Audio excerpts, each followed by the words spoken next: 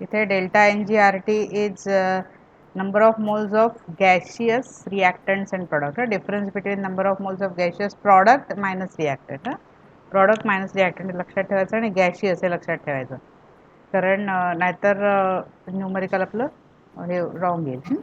Delta H is equal to delta U plus delta NGRT, where delta H is equal to change in enthalpy, delta U is equal to change in internal energy, delta Ng is number of moles of gaseous product minus number of moles of gaseous reactant, R is gas constant, T is temperature in Kelvin. आता याच्यावरचे numerical बघूया. Delta H for the reaction 2C solid plus 3H2 gas gives C2H6 gas is minus 84.4 kilojoule at 25 degrees Celsius. Calculate delta U for the reaction at 25 degrees Celsius. R is given 8.314 joule per Kelvin per mole.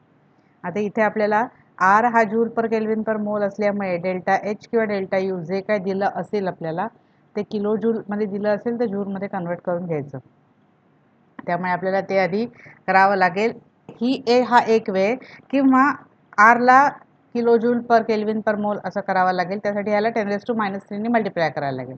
Either ह्याला 10⁻³ ने multiply करायचं किंवा ह्याला 10⁻³ ने multiply करायचं.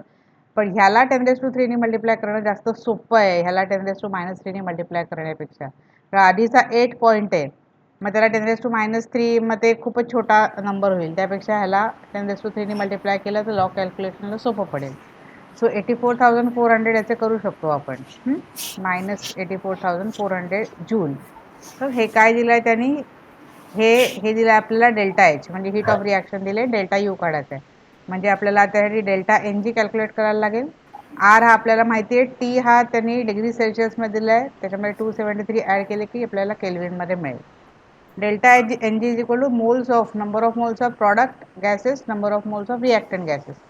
आता इथे हा गॅस नाही आहे त्यामुळे ह्याचे मोल्स कॅल्क्युलेट करायचे नाहीत. म्हणजे 1 - 3 हा इथे काही नाही म्हणजे 1. आता नंबर ऑफ मोल्स म्हणजे काय, मागे जो नंबर लिहिलेला असतो ना कोएफिशियंट तो. सो 1 - 3 हा कॅल्क्युलेट करायचा नाही. So that is -2. So delta n is equal to -2 आणि ह्याचं साईन पण इम्पॉर्टंट आहे त्यामुळे साईन सकट लिहायचं आहे. मग मल्टिप्लाय करायचं, डेल्टा NGRT काढायचं, मग ते डेल्टा H मधून सबट्रॅक्ट करायचं की आपल्याला डेल्टा U मिळेल. So delta U is equal to -79.44 kilo joule. Under what conditions delta H will be equal to delta U.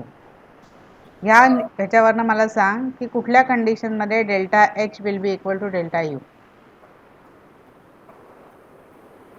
NGRT 0 असेल, काहीतरी एक टर्म 0 पाहिजे. काहीतरी एक टर्म 0 पाहिजे. काहीतरी एक टर्म म्हणजे ह्याच्यातली कुठली तरी डेल्टा एक टर्म. NG 0 पाहिजे.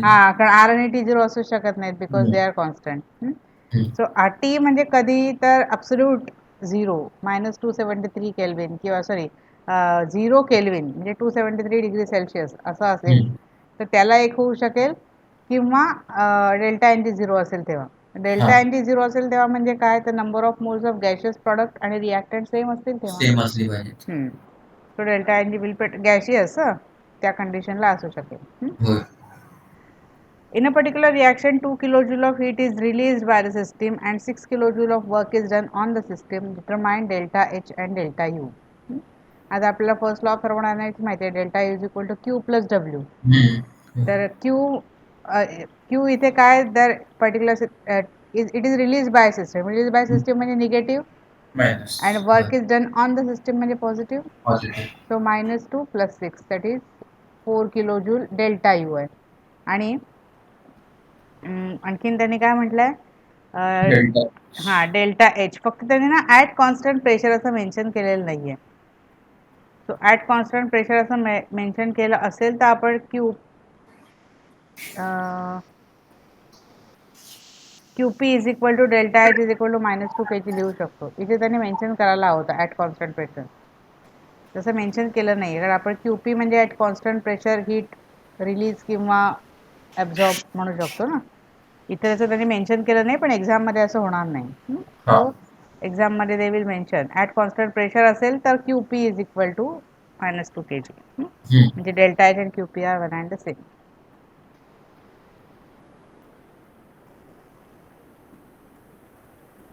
Calculate work done in oxidation of 4 moles of SO2 at 25 degrees Celsius if 2SO2 plus O2 gives 2SO3 gas. R is equal to 8.314 joule per Kelvin per mole. आता इथे त्याने 2SO2 साठी दिलाय reaction आणि आपल्याला 4 moles of SO2 साठी काढायचं आहे. म्हणजे 2 मोल्स साठी दिली आहे आणि 4 मोल्स साठी काढायचे. मग ह्या सगळ्याला ट्वाइस करायला लागेल आपल्याला आणि ट्वाइस करून रिॲक्शन द्यायला लागेल. 4SO2 plus 2O2 gives 4SO3 gas. मग आपल्याला डेल्टा एन जी काढता येईल. आणि delta n g is equal to इथे 4 मायनस आता 6 4 आणि 2 कारण सगळे गॅसेस आहेत. So that will B -2.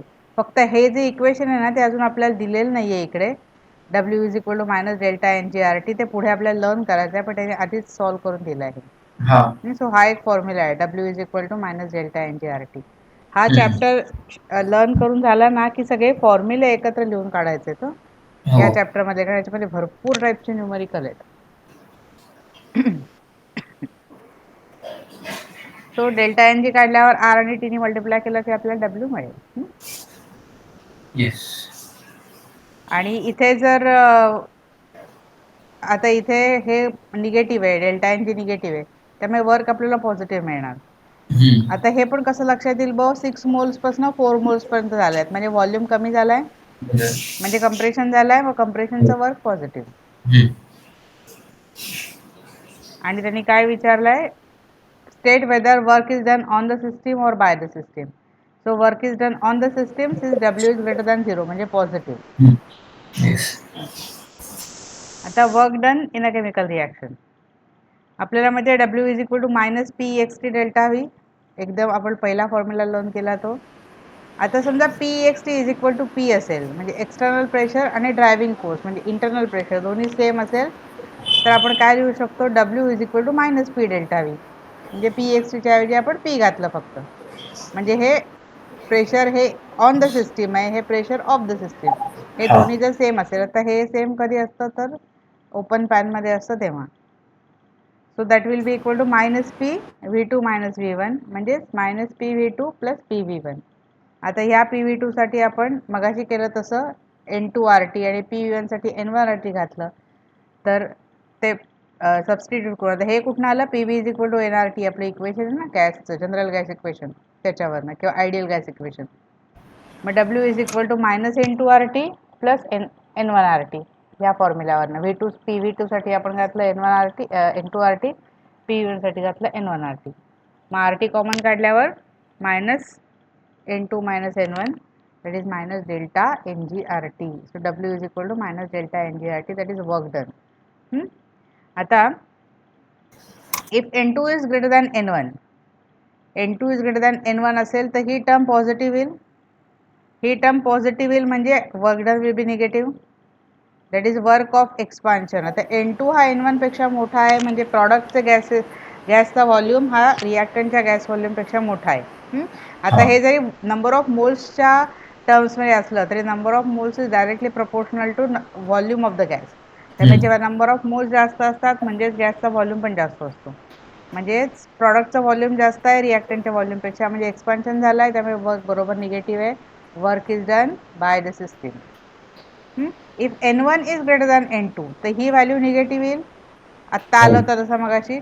He negative आली की ही अख्खी टर्म पॉझिटिव्ह येईल म्हणजेच W will be positive that is work of compression. आता N1 is greater than N2 म्हणजेच volume of product will be less म्हणजे कंप्रेशन झालं. कंप्रेशनचं work positive work is done on the system.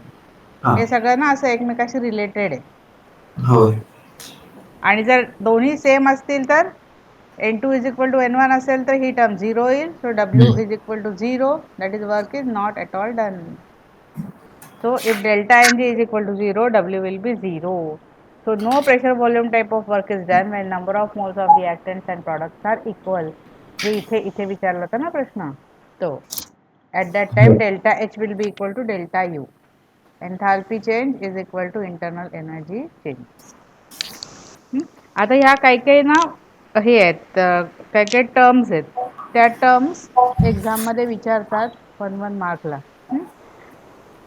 त्यात छोटे छोटे फक्त चेंजेस आहेत बाकी सगळं तसा पॅटर्न लिहायचा सेमच आहे. Enthalpy of phase transition, physical ट्रान्सफॉर्मेशनचे आहे, त्याच्यामध्ये केमिकल रिॲक्शन होत नाही.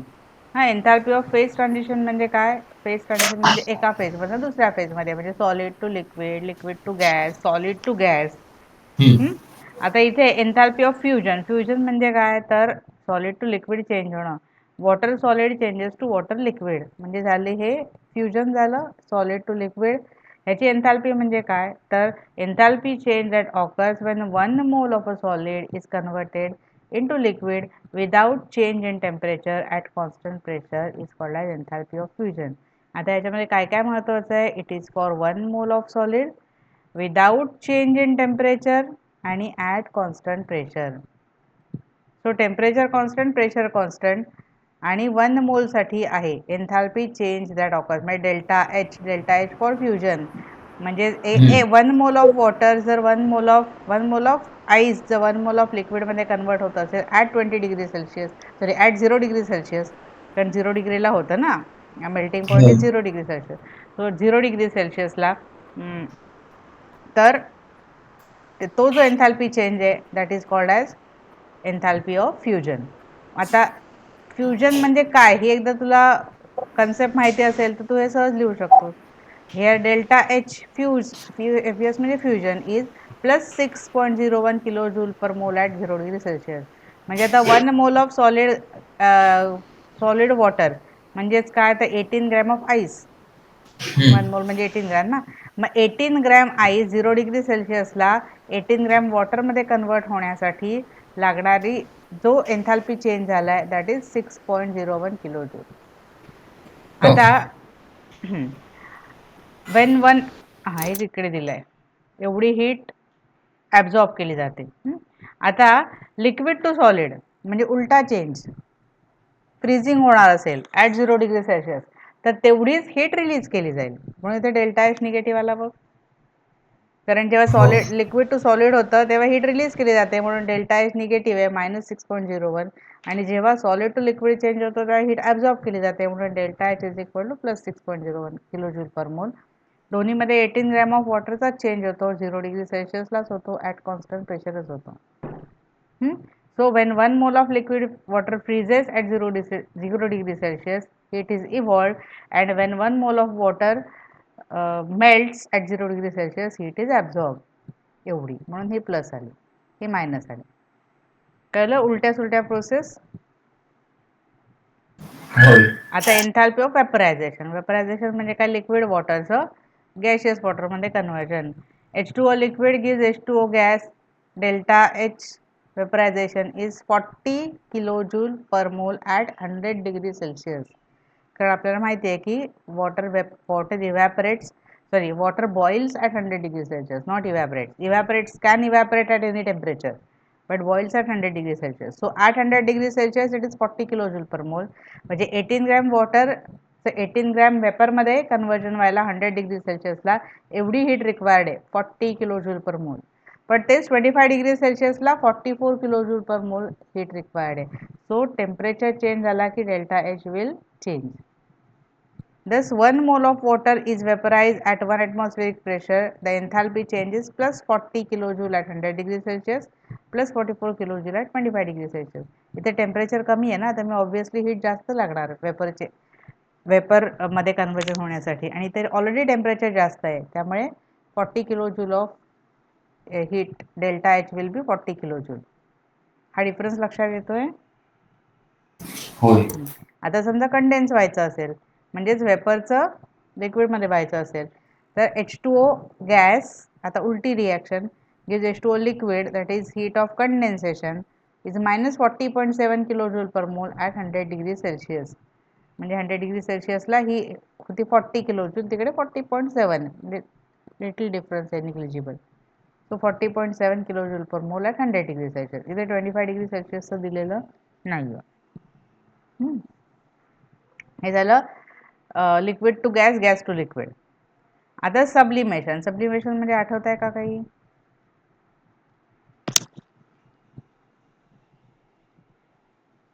कापूर वडी उघडी ठेवली बरेच दिवस तर काय होईल? गायब होईल. जड होते. गायब होईल ना. होय. हां, म्हणजेच लिक्विड ते दिसणार नाही. ऑफकोर्स त्याच्यामध्ये काही जर केमिकल मिक्स केलेलं असेल तर ते त्याचं लिक्विड दिसेल आपल्याला. पण प्युअर जर कॅम्फर असेल तर तो गायब होईल. नंतर डांबर गोळी होय. प्युअर नॅफ्थॅलिन असेल गायब होईल, किंवा आयोडीन किंवा हे अमोनियम क्लोराईड, हे जे सबस्टन्सेस आहेत they get converted directly from solid state to gaseous state without going into liquid state. त्याला म्हणतात सब्लिमेशन. आणि ही जी हीट ऑफ सब्लिमेशन आहे, H2O सॉलिड टू, आता हे H2O solid to H2O gas हे काही हे नाही आहे, म्हणजे ही पॉसिबल रिॲक्शन नाही आहे. H2O सॉलिड टू, कारण सॉलिड टू गॅस असं कन्वर्जन होत नाही. पण मग ते कसं कन्वर्जन होतं ते सांगते नंतर तुला. तर ही इमॅजिनरी रिॲक्शन आहे, H2O solid to H2O gas. पण जर अशी रिॲक्शन झाली ती स्टेप बाय स्टेपच होणार. ती कशी ते सांगते. That heat of sublimation will be 51.08 kilojoule per mole at 0 degree Celsius. अशी इमॅजिनरी रिॲक्शन जर 0 डिग्री सेल्सिअसला झाली तर 0 डिग्री सेल्सिअसला हे होऊ शकेल का सॉलिडचं गॅसमध्ये कन्व्हर्जन? तर डिरेक्टली होऊ शकणार नाही. त्यासाठी काहीतरी स्टेप फॉलो करायला लागतील. पण ॲट 0 डिग्री सेल्सिअस कॅल्क्युलेट केलेली व्हॅल्यू आहे 51.08 किलोजूल पर मोल. आता ही कशी पॉसिबल होते? तर H2O solid gives H2O liquid, म्हणजे हीट ऑफ फ्युजन हे होऊ शकतं possible 6.01 kilojoule per mole. And H2O solid H2O liquid to H2O gas, that is heat of vaporization at 0 degree Celsius is 45.07 kilojoule per mole. या दोघांना जर add केलं आपण तर आपल्याला ती हीट ऑफ सब्लिमेशन मिळेल, कारण हे H2O कॅन्सल होतील. हे कसं पॉसिबल आहे ते पुढे मी सांगते तुला. सध्या एवढं लक्षात ठेव की ही स्टेप वाईज रिॲक्शन आहे. पण या दोघांना ॲड केल्यावर आपल्याला इथे हीट ऑफ सब्लिमेशन मिळेल. ॲक्च्युली जे सब्लिमेटरी सबस्टन्सेस आहेत त्यांच्यासाठी आपल्याला डायरेक्टली रिॲक्शन मिळेल, त्याच्यासाठी स्टेप फॉलो करायची गरज नाही. पण इथे वॉटरसाठी heat of sublimation is equal to heat of fusion plus heat of vaporization. हे बघ, इथे सॉलिड होतं, सॉलिडचं आधी लिक्विड झालं, मग लिक्विडचं वेपर झालं. म्हणून हीट ऑफ सब्लिमेशन आपण कसं काढू शकलो? ह्याची ॲडिशन प्लस ह्याची ॲडिशन, म्हणजे या दोघांची सम. आता हे झाले एन्थॅल्पी ऑफ फेज ट्रान्झिशन, म्हणजे solid to liquid, liquid to gas, gas to liquid, liquid to solid, solid to gas, gas to solid, असे सगळे. वेपरायझेशन, इव्हॅपरेशन, फ्युजन, सब्लिमेशन सगळे. आता एन्थॅल्पी फॉर द ॲटॉमिक और मॉलिक्युलर चेंज, म्हणजे ion, ॲटमचं ion होणं, ॲटमचं मॉलिक्यूल वगैरे, असं 2-3 ॲटम मिळून molecule. So enthalpy of ionisation, ionisation म्हणजे आपली साधी एन्थॅल्पी जी आपण मागच्या वर्षी शिकलो, आयनायझेशन पोटेन्शियल, ती. It is the enthalpy change accompanying removal of an electron from one mole of the gaseous atom. हे मागच्या वर्षी आपण आयनायझेशन एन्थॅल्पी म्हणून शिकलेलो आहे. Na गिव्ज Na++ इलेक्ट्रॉन, म्हणजे Naच्या बॅलन्स शेलमधनं एक इलेक्ट्रॉन बाहेर काढण्यासाठी लागणारी जी एनर्जी आहे ती, ज्याला आपण आयनायझेशन पोटेन्शियल मागच्या वर्षी म्हटलं होतं. That is enthalpy of ionization किंवा आयनायझेशन एनर्जी असं पण त्याला म्हणतात. दिस इज 494 किलोजूल पर मोल.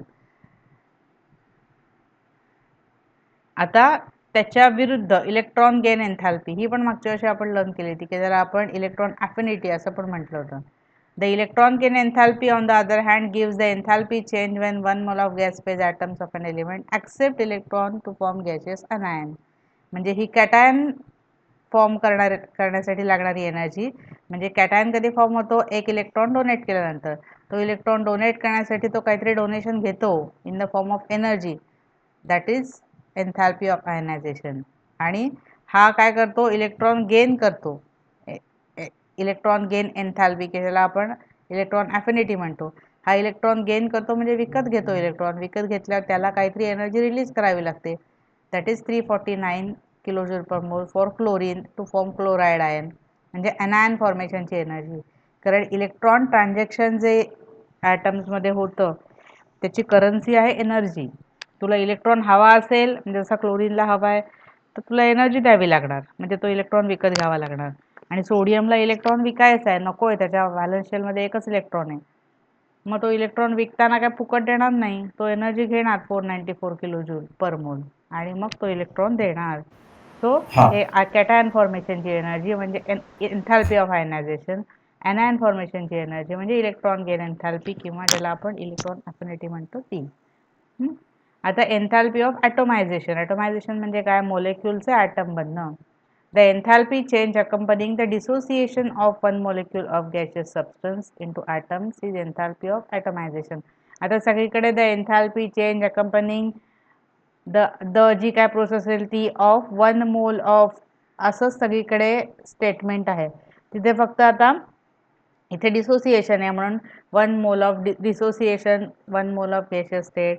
मग असे आयनायझेशन किंवा आयनायझेशन होतं ते म्हणजे ॲक्सेप्टिंग इलेक्ट्रॉन किंवा लुझिंग इलेक्ट्रॉन असं. पण सगळीकडे एन्थॅल्पी चेंज अकंपनिंग 1 मोल हे सगळे वर्ड्स आहेत ना ते सगळीकडे कॉमन आहेत. फक्त जी काय रिॲक्शन आहे तिथे रिॲक्शन आहे ते स्पेसिफाय करायचं. आता क्लोरीन Cl2 हे क्लोरीन 2 क्लोरीनपासून बनलेलं आहे.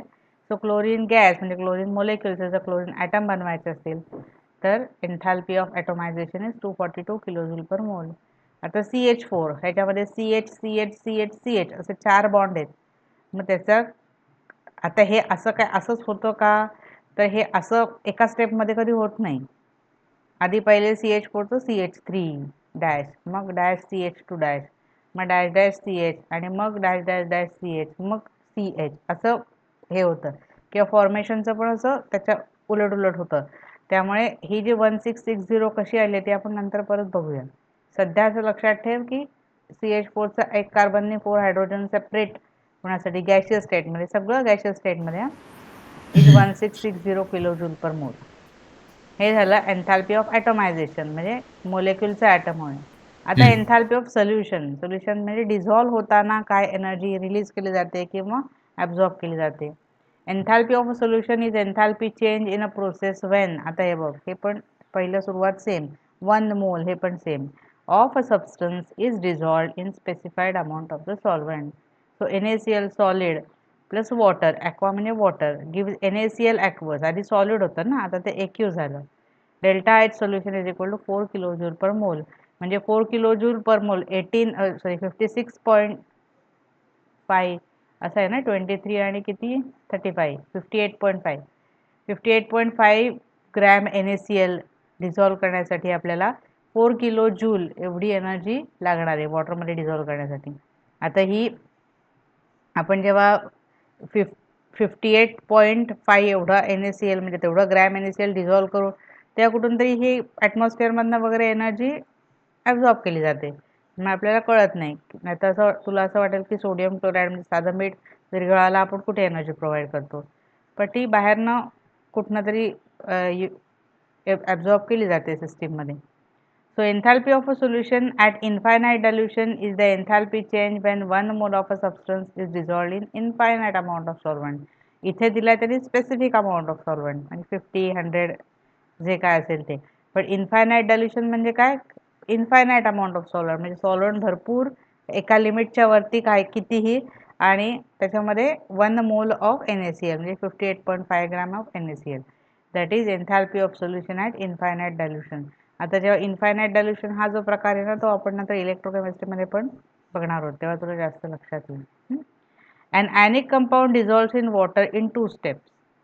The ions are separated from the molecule म्हणजे आता ही झाली आयोनायझेशन mx gives m++x- म्हणजे आयन्स सेपरेट झाले. Enthalpy change for this step is crystal lattice enthalpy म्हणजे delta HL which is always a positive. जेव्हा आयन सेपरेट होतात ना म्हणजे आयनिक कंपाऊंड मधनं आयन सेपरेट झाले तर समजा इथे NaCl असेल तर Na+Cl- असे सेपरेट झाले म्हणजे त्याचं क्रिस्टल स्ट्रक्चर ब्रेक झालं आणि त्याच्यातले आयन सेपरेट झाले म्हणून that is called as crystal lattice enthalpy. Delta H is always positive ह्याला अंडरलाईन करून ठेव. डेल्टा HL म्हणजे crystal lattice enthalpy. The ions are hydrated with water in the second step. So हा जो ion आहे म्हणजे समजा Na+XH2O गिव्ज NaH2OX टाइम्स म्हणजे Na भोवती सगळे वॉटर मॉलिक्यूल जमा होतात. इथे Na+च्या इथे Cl- भोवती सगळे वॉटर मॉलिक्यूल जमा होतात. त्याला म्हणायचं हायड्रेशन किंवा इथे वॉटर आहे म्हणून हायड्रेशन. मग दुसरा कुठलाही सॉल्व्हंट असेल त्याला म्हणतात सॉल्वेशन. ही जी सॉल्वेशन एनर्जी आहे इथे आता हा जो M+ आहे ना ह्याच्या भोवती सगळे वॉटर मॉलिक्यूल येतात. हे कसे वॉटर मॉलिक्यूल येतात तर M प्लस आहे ना, मग त्याच्या भोवती सगळे आता वॉटर मॉलिक्यूलचा म्हणजे ऑक्सिजन पार्ट येईल. आता हे X मायनस आहे ना, हे मायनस आहे, मग त्याच्या भोवती सगळा हायड्रोजनचा पार्ट येईल. म्हणजे ऑक्सिजन लांब बाहेर राहतील आणि आतल्या सर्कलमध्ये हायड्रोजन असतील. इथे आतल्या सर्कलमध्ये ऑक्सिजन असतील, बाहेरच्या सर्कलमध्ये हायड्रोजन असतील. म्हणजे अपोजिट चार्जेस असतात ना, सो अपोजिट चार्जेस प्रमाणे ते रिअरेंज होतात किंवा असे ते याला म्हणतात सॉल्वेट होतात. The enthalpy change for this step is always negative and called enthalpy of hydration. Delta H hydration म्हणजे delta H lattice enthalpy, crystal lattice enthalpy is always positive आणि ही जी आहे hydration enthalpy is always negative. या दोन स्टेपमध्ये यांचं सॉल्व्हेशन होतं किंवा हायड्रेशन होतं. That is enthalpy of solution. दोघांची ॲडिशन केली की आपल्याला मिळणार enthalpy of solution. The enthalpy of solution is sum of crystal lattice enthalpy आणि एन्थाल्पी ऑफ हायड्रेशन. आता इथे NaCl साठी लॅटिस एन्थाल्पी आहे +79 किलोजूल पर मोल आणि हायड्रेशन एन्थाल्पी आहे -786 किलोजूल पर मोल. म्हणून त्याची टोटल एन्थाल्पी झाली +4 kilojoule per mole. That is enthalpy of solution. म्हणजे it is the sum of enthalpy of hydration and lattice enthalpy या दोघांची ॲडिशन आहे. आता मला ह्याची काढून दाखव बघू KCl ची. हा.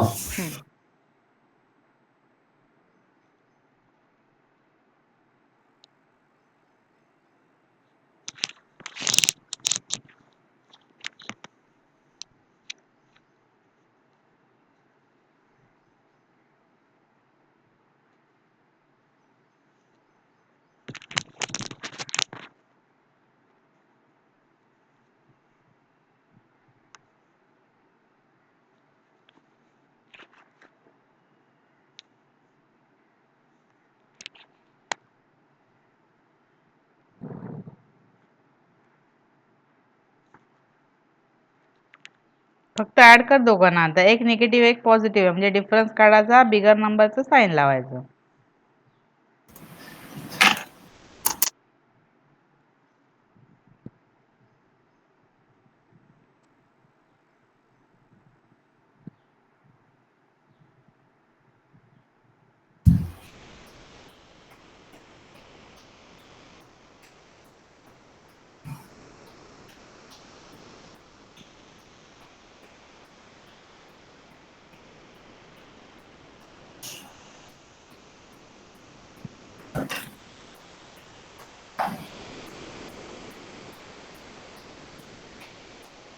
झिरो 1 7.2. 699 आणि 681 ना. अरे दोघांना ऍड करायचं म्हणजे मायनस करावं लागेल ना हा मायनस करायचं, सबट्रॅक्ट करायचं. 691 मायनस 681.8 हा केलं तर 0172 येते.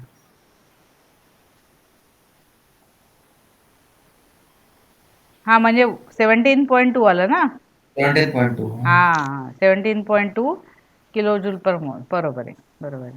That is enthalpy of solution of KCl plus 17.2. Correct. हे ह्या टर्म्स कळल्या सगळ्या. होय. ओके. आता thermochemistry, enthalpy of chemical reaction. हे आतापर्यंत आपण सगळ्या बघितल्या होत्या फिजिकल ट्रान्सफॉर्मेशनच्या बघितल्या होत्या. म्हणजे solid to liquid, liquid to solid, solid to gas, gas to solid किंवा liquid to gas, gas to liquid किंवा ॲटमचे आयन्स पॉझिटिव्ह किंवा निगेटिव्ह आयन होणं. नंतर सोल्युशनची एन्थाल्पी बघितली होती, मोलेक्युलचे ॲटम बघितले, त्याच्यामध्ये कुठेही केमिकल रिॲक्शन झालेली नव्हती.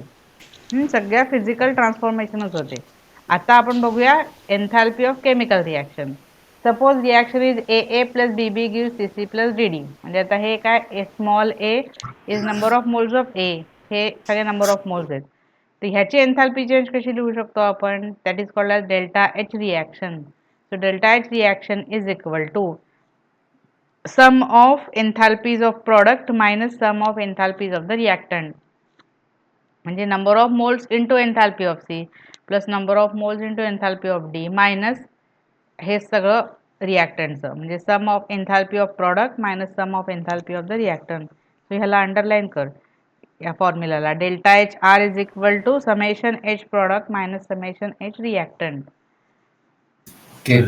So enthalpy of a reaction is the difference between the sum of enthalpies of products and that of the reactants. With each substance is defined each substance in definite physical state and their amounts, that is number of moles, being represented by the coefficients in the balance equation of the reaction.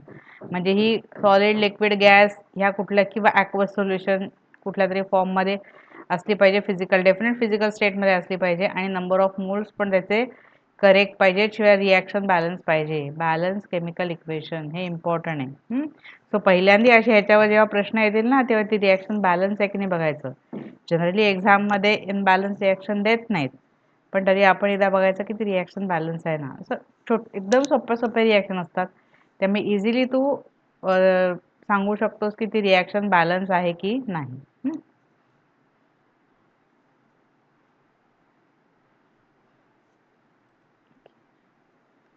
आता exothermic आणि endothermic reaction म्हणजे काय आठवत आहे?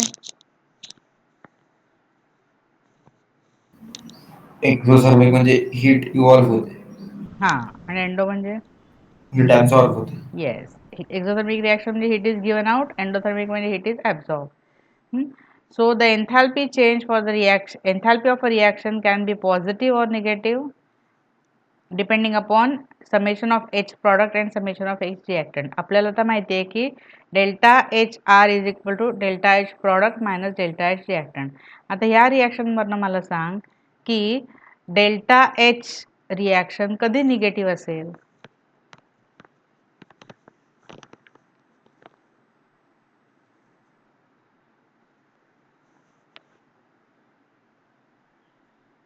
ज्या summation of products हे कमी असेल, summation yes, summation of product म्हणजे एन्थाल्पी ऑफ प्रॉडक्ट जेव्हा कमी असेल रिॲक्टंटपेक्षा तेव्हा डेल्टा एच रिॲक्शन निगेटिव्ह असेल. आणि पॉझिटिव्ह कधी असेल? जेव्हा एन्थाल्पी ऑफ रिएक्टंट कमी असेल प्रोडक्ट येस, पेक्षा. म्हणजे प्रॉडक्टची जास्त असेल रिॲक्टंटची कमी असेल. आता मी तुला एक आपलं SN1 SN2 रिॲक्शन होती ना तेव्हा एक एनर्जी प्रोफाईल डायग्राम काढून दाखवला होता. तर त्या एनर्जी प्रोफाईल डायग्राम मध्ये आपण असं घेतलं होतं ही पोटेन्शियल एनर्जी आणि ही रिॲक्शन इन प्रोग्रेस आहे. तर ह्याच्यामध्ये इथे आहेत रिॲक्टंट, इथे आहेत प्रॉडक्ट, म्हणजे प्रॉडक्टची एन्थाल्पी कमी आहे. प्रॉडक्टची एन्थाल्पी कमी आहे म्हणजेच हा डेल्टा एच निगेटिव्ह असणार आहे, कारण delta H is equal to summation P minus summation R ना, summation H P H minus summation R H. So जेव्हा प्रॉडक्टची एन्थाल्पी कमी असेल तेव्हा डेल्टा एच निगेटिव्ह असेल. पण जर समजा इथे प्रॉडक्ट असतील तर काय असेल, तर डेल्टा एच पॉझिटिव्ह असेल, कारण product are at the higher energy level than that of the reactant. So summation of enthalpy of product is more than the summation of enthalpy of the reactant. So या रिॲक्शनसाठी म्हणजे जेव्हा हे कमी असेल product, आता ह्याची प्रॉडक्टची एन्थाल्पी कमी आहे म्हणजे ती एक्झोथर्मिक रिॲक्शन आहे, कारण एन्थाल्पी कमी झाली ना. मग एक्झोथर्मिक रिॲक्शनसाठी डेल्टा एच निगेटिव्ह असते आणि एंडोथर्मिक रिॲक्शनसाठी डेल्टा एच पॉझिटिव्ह असते.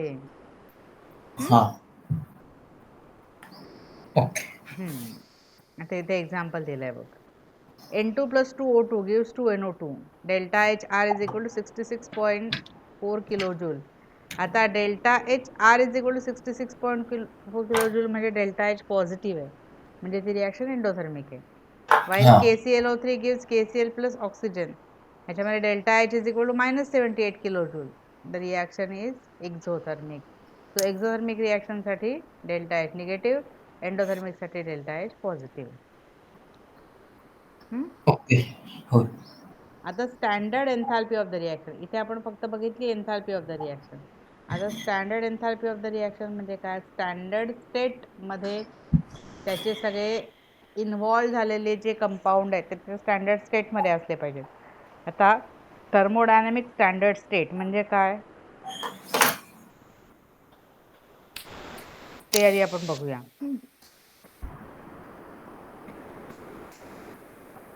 The standard state of a substance is the form in which the substance is more stable at a pressure of 1 bar and a temperature of 298 Kelvin म्हणजे 25 degree Celsius. कारण सगळ्या ज्या chemical reaction असतात त्या atmospheric pressure, general सगळ्या reaction atmospheric प्रेशरमध्ये calculate होतात आणि 25 degree सेल्सिअसला. पण 25 डिग्री सेल्सिअस हे आपण स्टँडर्ड टेम्परेचर म्हटलं आहे. म्हणजे 298 केल्विनला करतात. आणि त्यातले जे स्पेसिस इन्व्हॉल्व असतात त्याचं कॉन्सन्ट्रेशन 1 मोलार असलं पाहिजे. These conditions are called as standard state. So याला अंडरलाईन कर. स्टँडर्ड स्टेट म्हणजे काय, तर pressure of 1 bar, temperature 298 kelvin and 1 molar concentration, he standard condition आहे. आणि ह्या स्टँडर्ड कंडिशनला जे सबस्टन्सेस त्याच्या स्टँडर्ड फॉर्ममध्ये असतील, the standard state of a substance is the form in which substance is more stable at pressure 1 bar, temperature 298 kelvin and concentration 1 molar. म्हणजेच काय, आपण जेव्हा एखादा हे हँडल करतो सबस्टन्स, आता तो हँडल करतो आपण ॲटमॉस्फेरिक प्रेशरलाच, म्हणजे 1 बारला. तो आपण हँडल करतो 25 डिग्री सेल्सिअसला, का जनरल तेवढं टेम्परेचर असतं आणि कॉन्सन्ट्रेशन त्याचं 1 मोलार असलं पाहिजे. म्हणजे आपल्याला जर सबस्टन्स दिसतो डोळ्यांनी तो त्याच स्टेटमध्ये असेल तर त्याची ती स्टँडर्ड स्टेट. म्हणजे हायड्रोजन हा गॅस फॉर्ममध्ये, मर्क्युरी लिक्विड फॉर्ममध्ये, सोडियम सॉलिड फॉर्ममध्ये, कार्बन ग्राफाईटच्या फॉर्ममध्ये, कारण कार्बनचे अलॉट्रॉप आहेत वेगवेगळे, त्यातला ग्राफाईट हा स्टँडर्ड अलॉट्रॉप आहे किंवा स्टेबल अलॉट्रॉप आहे, म्हणून कार्बन हा ग्राफाईटच्या फॉर्ममध्ये. नंतर ethyl alcohol liquid, calcium carbonate solid, carbon dioxide gas, हे वेगवेगळे असे सबस्टन्स दिलेले आहेत की ज्यांची ही स्टँडर्ड स्टेट आहे 25 डिग्री सेल्सिअस, 1 ॲटमॉस्फेरिक प्रेशर आणि 1 मोलार कॉन्सन्ट्रेशनला. हे असे जे त्यांच्या फॉर्ममध्ये असतील तर असं म्हणायचं की ते स्टँडर्ड स्टेटमध्ये आहेत. आता समजा हायड्रोजन हा लिक्विड फॉर्ममध्ये असेल तर that is not it's standard state. किंवा सोडियम लिक्विड फॉर्ममध्ये असेल, किंवा हा वेपर फॉर्ममध्ये असेल, किंवा कॅल्शियम कार्बोनेट ॲक्वस सोल्युशनमध्ये असेल पण 1 मोलार नसेल तर that is not the standard state. Solution असेल तर 1 मोलार पाहिजे. त्यांच्या स्टँडर्ड स्टेटमध्ये असतील तर जे गॅस आपल्याला माहिती आहेत ते गॅस, जे सॉलिड आहेत ते सॉलिड, जे लिक्विड आहेत ते लिक्विड, असं that is called a standard state. Standard state म्हणजे अजून काही भारी युनिक वेगळं असं काही नाही. जनरल आपल्याला जसं दिसतं तसंच ते आहे का, तर त्याची स्टँडर्ड स्टेट. फक्त सोल्युशन असेल तर 1 मोलार कॉन्सन्ट्रेशन हे compulsory. The standard एन्थॅल्पी delta H not, आणि नेहमी स्टँडर्ड स्टेट ना नॉटने दाखवतात, असं वरती नॉट वे 0 असतो.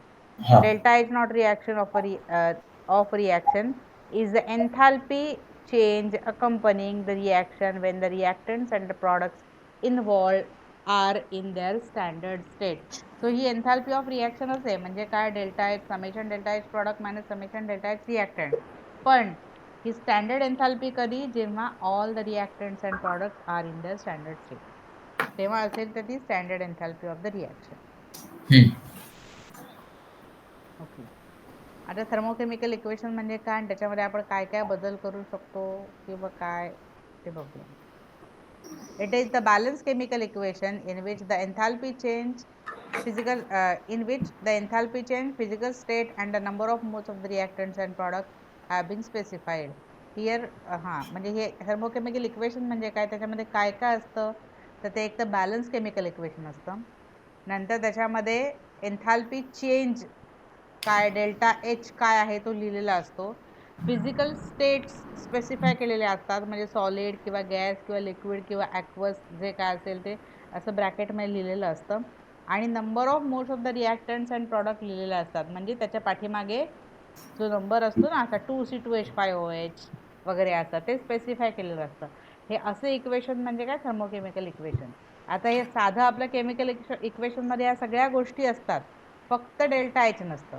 ह्याच्यामध्ये डेल्टा एच घातलं की दॅट इज थर्मोकेमिकल इक्वेशन, कारण काय, तिथे एन्थॅल्पी चेंज दाखवल्या म्हणून. अदरवाईज आपण बाकीची जी केमिकल रिॲक्शन असतात त्याच्यामध्ये हे सगळं असतंच ना, सगळं फिजिकल स्टेट आपण लिहितो किंवा ते बॅलन्स केमिकल इक्वेशन असतं, नंबर ऑफ मोल्स असतात पाठीमागे लिहिलेले, फक्त याच्यामध्ये ॲडिशन काय तर डेल्टा एच पण लिहिलेलं असतं. So consider the balance equation for reactants and products. The value and appropriate sign of enthalpy change is given on the right hand side.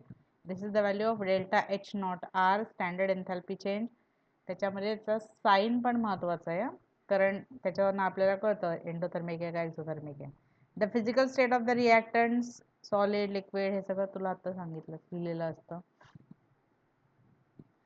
The given value of delta H naught R assumes that the reaction occurs in the given direction.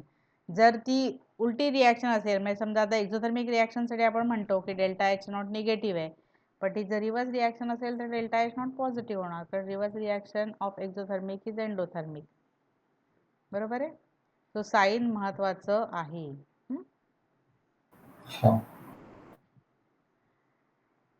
When the coefficients indicating the number of moles of all the substances in the thermochemical equation are multiplied or divided by a certain सर्वात important गोष्ट, certain numerical factor, the corresponding delta H naught R need to be multiplied or divided by the same. ह्याला underline करून ठेव.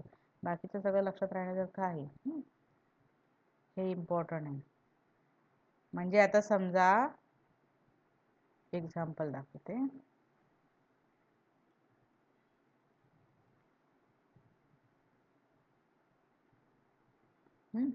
आता CH4 plus 2O2 gas gives CO2 gas plus 2H2O gas. Delta H naught R ही -890 kilojoule आहे.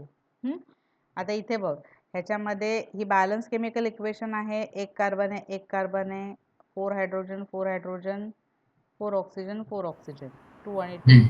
Balance chemical equation आहे. हे gas gas gas liquid लिहिलेलं आहे आणि शिवाय इथे नंबर ऑफ मोल स्पेसिफाय केलेले आहेत. डेल्टा एच नॉट आर व्यवस्थित लिहिलेलं आहे.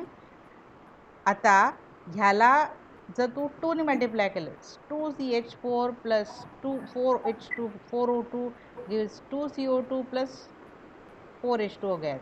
असं जर पूर्ण मल्टिप्लाय केलं तर ह्याला पण 2 ने मल्टिप्लाय करायला पाहिजे. ओके. हां, सो जर आपण मल्टिप्लाय केलं तर ह्याला डेल्टा एचला पण मल्टिप्लाय करायला पाहिजे. रिव्हर्स केलीस रिॲक्शन तर ह्याचं साईन रिव्हर्स करायला पाहिजे. म्हणजे असं लिहिलं समजा 2H2O gas plus CO2 gives 2O2 gas plus CH4, तर ह्याचं साईन चेंज होईल. ओके, कळलं. हे ट्राय कर.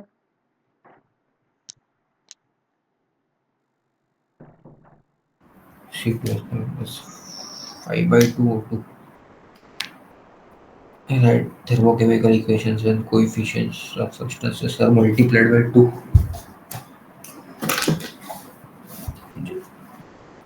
2C2H5 plus 5O2 gives 4CO2 plus 2H2 and delta H naught R is equal to minus 2600 correct. kilojoule. Equation is reversed म्हणजे reverse H केलं म्हणजे हां. plus 2 CO2 gives 5/2O2 plus C2H2 and delta H naught R is equal to plus 3800 kilojoule. Perfect. आता हे झालं standard enthalpy of reaction general. आता standard enthalpy of formation म्हणजे त्याच्या कन्स्टिट्युएंट एलिमेंटपासनं एखादा कंपाऊंड फॉर्म होण्यासाठीची जी एन्थॅल्पी आहे that is called a standard enthalpy of formation. आता ह्या ज्या सगळ्या रिॲक्शन आहेत ना, ह्या सगळ्या हायपोथेटिकल रिॲक्शन आहेत. हे असं खरं खरं होत नाही. हायपोथेटिकल म्हणजे हायड्रोजनमध्ये ऑक्सिजन ॲड करून लगेच वॉटर झाला, असं हायपोथेटिकल म्हणजे ती अशी डायरेक्टली रिॲक्शन होईलच, पॉसिबल असेलच असं नाही. काही काही रिॲक्शन पॉसिबल असतात, काही काही रिॲक्शन हायपोथेटिकल असतात. पण आपल्याला त्या रिॲक्शनची स्टँडर्ड एन्थॅल्पी कॅल्क्युलेट करण्यासाठी म्हणून ही आपली इक्वेशन दिलेली आहे. H2 gas plus half O2 gas gives H2O. Delta H naught R is equal to minus 286 kilojoule per mole. म्हणजे 1 मोल ऑफ लिक्विड H2O बनण्यासाठीची ही रिॲक्शन आहे. आता इथे अगदी लक्षात ठेवायचं की हे जे त्याच्या स्टँडर्ड फॉर्ममध्ये पाहिजे. वॉटर ही लिक्विड ही वॉटरची स्टँडर्ड स्टेट आहे. ऑक्सिजन गॅस ही ऑक्सिजन आणि हायड्रोजनची स्टँडर्ड स्टेट आहे. ॲट 25 डिग्री सेल्सिअस ही रिॲक्शन होते. 1 ॲटमॉस्फेरिक प्रेशरला होते रिॲक्शन. त्याची डेल्टा एच नॉट आर ही -286 किलोजूल आहे. आता ह्याच्यामध्ये अजून एक गोष्ट म्हणजे 1 मोल साठीच ही रिॲक्शन लिहिली गेली पाहिजे. आता इथे आपण हा फोटो लिहिलाय ना, जनरली आपण कसं लिहितो 2H2 plus O2 gives 2H2O liquid. कशी आपण बॅलन्स केमिकल इक्वेशन लिहितो असं हाफ लिहित नाही. पण आता एन्थॅल्पी ऑफ फॉर्मेशन आहे की नाही, कोणाची फॉर्मेशन आहे, वॉटरची फॉर्मेशन. मग जे फॉर्म होत आहे ते 1 मोलच पाहिजे.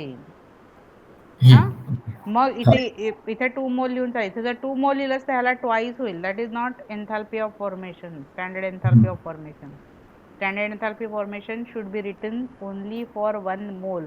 मग इथे कितीनी डिवाइड करायला लागला तुला तरी चालेल. The standard enthalpy of formation of a compound is the enthalpy change that accompanies a reaction in which 1 mole important of a pure compound in its standard state म्हणून लिक्विड लिहिलं आहे is formed from its element in the standard state. आता CH4 ची जी 1 मोल CH formation ची जी आहे, carbon should be in the graphite form, कारण graphite ही कार्बनची standard state आहे. Hydrogen gas gives CH4, delta H naught R is minus 74.8 kilojoule. So delta H naught R for formation of आता इथे बस CH4 हा एकच आहे ना. होय. हां, सो ज्याचं फॉर्मेशन असेल तो 1 मोल पाहिजे. मग बाकीच्यानं कसे पण तू तिकडे बॅलन्स करण्यासाठी कर. इथे जसं म्हटलं तसं हायपोथेटिकल रिॲक्शन आहे. It is not possible to combine carbon and hydrogen in the laboratory to prepare CH4. Okay. आता standard enthalpy of reaction from standard enthalpy of formation, म्हणजे आपल्याला जर या सबस्टन्सच्या स्टँडर्ड एन्थॅल्पी ऑफ फॉर्मेशन माहिती असतील काही स्टँडर्ड सबस्टन्सच्या, तर त्याच्यावरनं आपण एखाद्या रिॲक्शनची स्टँडर्ड एन्थॅल्पी कशी कॅल्क्युलेट करू शकतो ते एक्झाम्पल बघूया. Calculate the standard enthalpy of the reaction 2C2H2 gas plus 7O2 gas gives 4CO2 gas plus 6H2O gas. इथे आपल्याला standard enthalpy of formation of CO2, H2O आणि C2H6 म्हणजे जेवढे इन्व्हॉल्ड आहेत ना त्यांच्या सगळ्यांच्या स्टँडर्ड एन्थॅल्पी ऑफ फॉर्मेशन दिलेले आहे. आता तू म्हणशील की इथे standard enthalpy of formation of oxygen दिलेले नाहीये, बरोबर आहे. वॉटर CO2 आणि C2H6 ची दिली आहे. तर इथे कुठेतरी एक standard enthalpy of formation of an element is 0, याला अंडरलाईन करून ठेव बघू.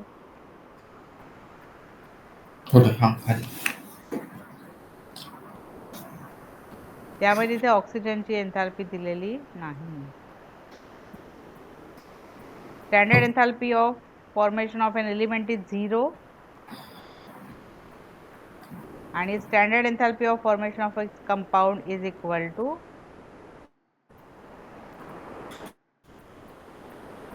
Standard enthalpy of formation of a compound is equal to its standard enthalpy H naught compound.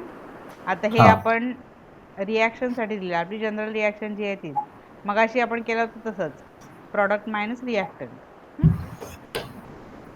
आता इथे प्रॉडक्ट काय आहेत, CO2 H2O, पण इथे 4 आहेत ना, 4 आणि 6. सो ह्याला CO2 ला 4 ने मल्टिप्लाय करायला लागेल, H2O ला 6 ने मल्टिप्लाय करायला लागेल, त्यांची ॲडिशन करायची. मग त्यातनं C2H6 चा ट्वाइस, कारण हे 2 आहेत ना, सबट्रॅक्ट करायचं.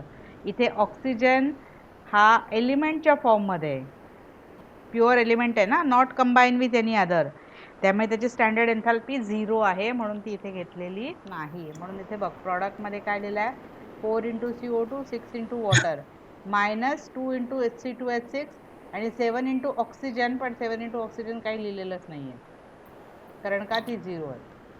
इथे 0 लिहिलं ना, 7 × ऑक्सिजन, कारण ऑक्सिजनची स्टँडर्ड एन्थॅल्पी 0, कारण तो प्युअर फॉर्ममध्ये. तर आता ह्या इक्वेशनला पण अंडरलाईन कर.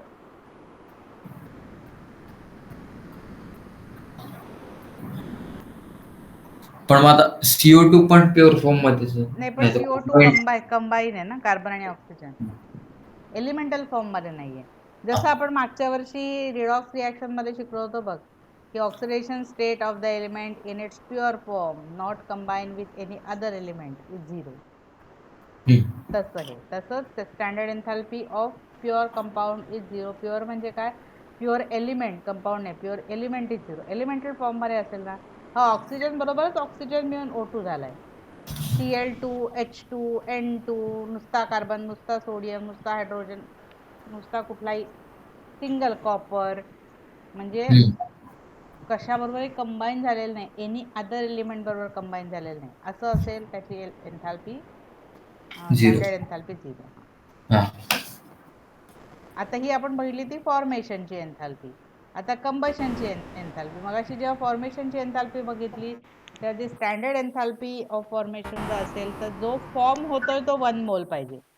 होय. आता इथे कंबशन म्हणजे जो कंबस्ट होतोय तो 1 मोल पाहिजे. कंबशन म्हणजे काय? Burning in presence of oxygen. आता इथे C2H4 gas plus 5/2 O2 gas gives 2CO2 gas plus H2O liquid. आता हे C2H2 ची कंबशन रिॲक्शन आहे म्हणून C2H2 1 मोल पाहिजे. मग त्याच्याच अकॉर्डिंगली 5/2 ऑक्सिजन आले. जर आपण याला सगळ्याला 2 ने मल्टिप्लाय केलं तर 2C2H2 plus 5O2 gives 4CO2 plus 2H2O liquid अशी रिॲक्शन होईल. पण that is not the standard enthalpy of combustion of ॲसिटिलीन.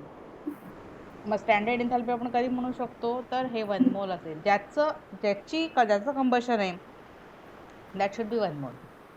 मगाशी ओके. कसं फॉर्मेशन होतं ते 1 मोल, तसं इथे ज्याचं कंबशन आहे तो 1 मोल पाहिजे. So the standard enthalpy of combustion of a substance is the standard enthalpy change accompanying a reaction in which 1 mole of a substance is in its standard state is completely oxidized. तर oxidation, burning in oxygen is combustion. हां.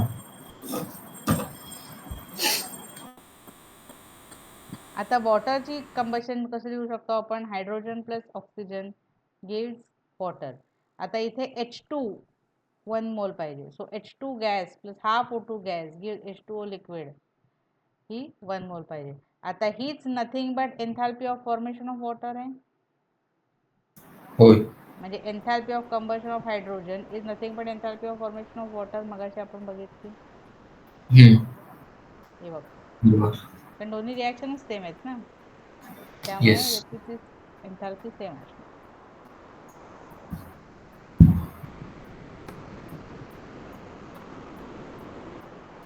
आता आपण हे बघूया.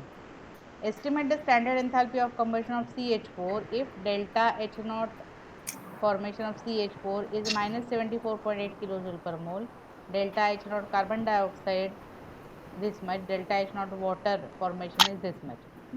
त्यांनी काय म्हटलंय? Combustion of CH4. Combustion of CH4 म्हणजे CH4 एक घेतला पाहिजे. होय. नंतर लक्षात ठेवायचं की कुठलाही हायड्रोकार्बन, मग याच्यामध्ये फक्त कार्बन आणि हायड्रोजन आहेत, किंवा कुठलाही कार्बन कंपाऊंड त्याच्यामध्ये कार्बन हायड्रोजन ऑक्सिजन आहेत, they on combustion gives only carbon dioxide water आणि हीट, बाकी काही देत नाहीत.